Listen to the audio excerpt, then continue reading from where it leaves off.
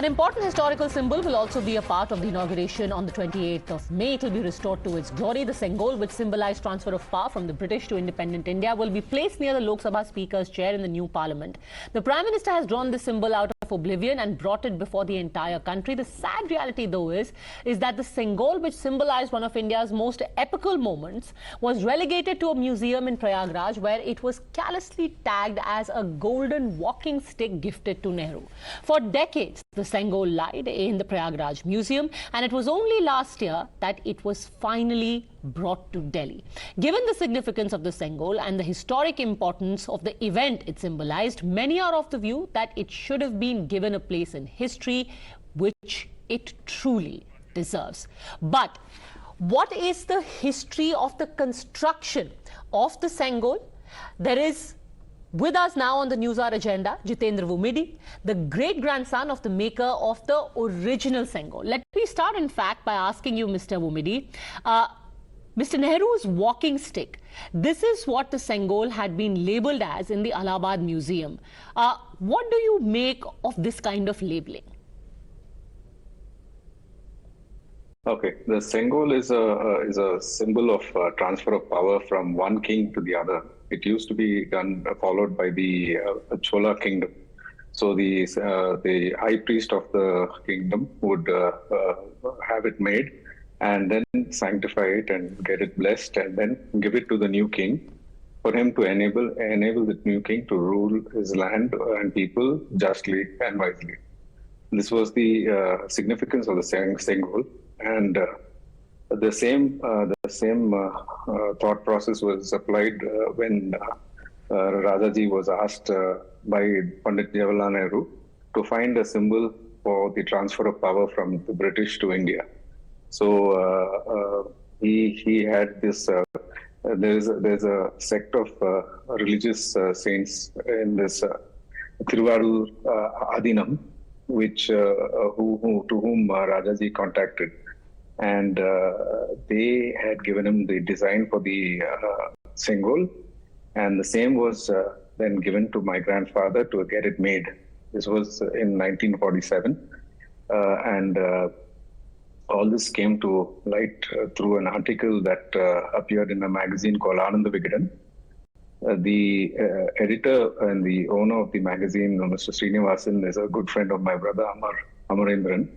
And when Amarendran contacted Srinivasan to find out whether about the authenticity of this article, Srinivasan very clearly, categorically said, "This is absolutely true. It has appeared in a magazine, and we are only taking out those bits of that and putting it in our magazine." So then Amar researched further into this, and he found that this particular Sengol was displayed in the museum in Allahabad. So we had people go down there and measure the Sengol, take all the details, the measurements, and the design of the Sengol, and we got that details to our workshop. We made a replica of that Sengol and had it displayed in our Ananagar showroom for the opening of the showroom, which was about 2 years ago. And we also made a video and circulated this to our well-wishers and customers and family. And somehow this came to the reach and the news of PM Modi, who was intrigued by all of this, and he asked his office to check the veracity of the information. And once the PMO's office were able to say that this is authentic, then he sent his team of people to meet us and talk to us about the details of the Sengol. The Sengol was made by my grandfather in 1947, and my uncle, Sri Umudi Etraj, who's 96 years old, was 21 at the time.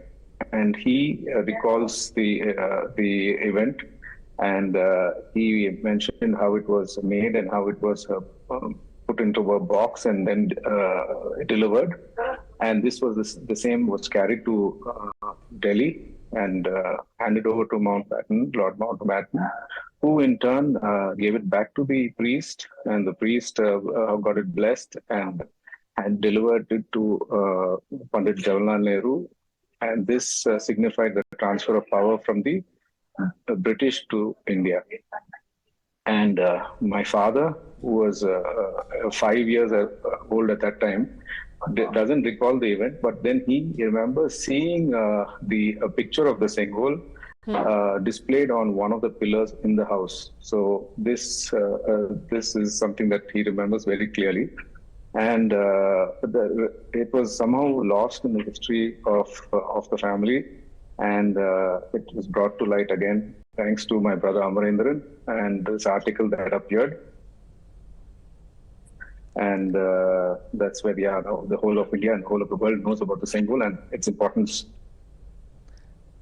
See, the thing is, what is known to one, if it is not known to the other, then it is just sheer ignorance. So we cannot treat ignorance as disrespect. So this is just like, you believe in something and therefore you have more faith in it. They did not know what it signified. So therefore, the important thing is that it was kept in good shape.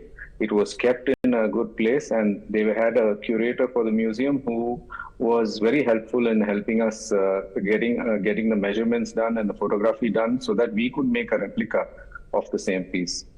So I don't think it's disrespectful in any way.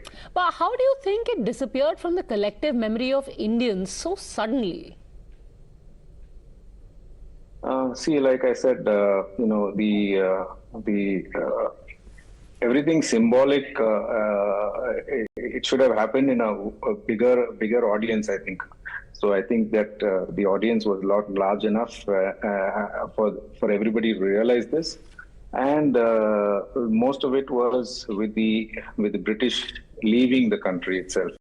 So that is what is more in our minds as us having got our freedom. So now PM Modi, he has absolutely made sure that this fact is known to everyone, and there's a lot of wide publicity in the social media as well as in the printed media, and everybody is talking about this particular symbol of our freedom and and the transference of power to India. The fact that this is known as a Dharma Dand, there's a little bit of a discomfort that this is not just about power or righteousness, it's also a religious symbol. What do you make of this debate around the Sengol, about it being more of a religious symbol? See, like I said, each one can view things differently. The fact of the matter is there is only one truth, and the truth is that this Sengol represents a transfer of power from one to the other, and in this case it is from the British to India, and this power is then up to the rulers to use it wisely. So that's about what this Sengol signifies, nothing else. Well, wisdom which we can never have enough of, irrespective of who's in power, whether a monarch or a democratically elected government. Thank you very much for joining us, and best of luck to you and your family. I'm sure you'll be inundated with calls and congratulations at this time. And thanks to your family also for giving such a beautiful piece of art to the country. Thanks very much for tuning in. I'll see you tomorrow, same time.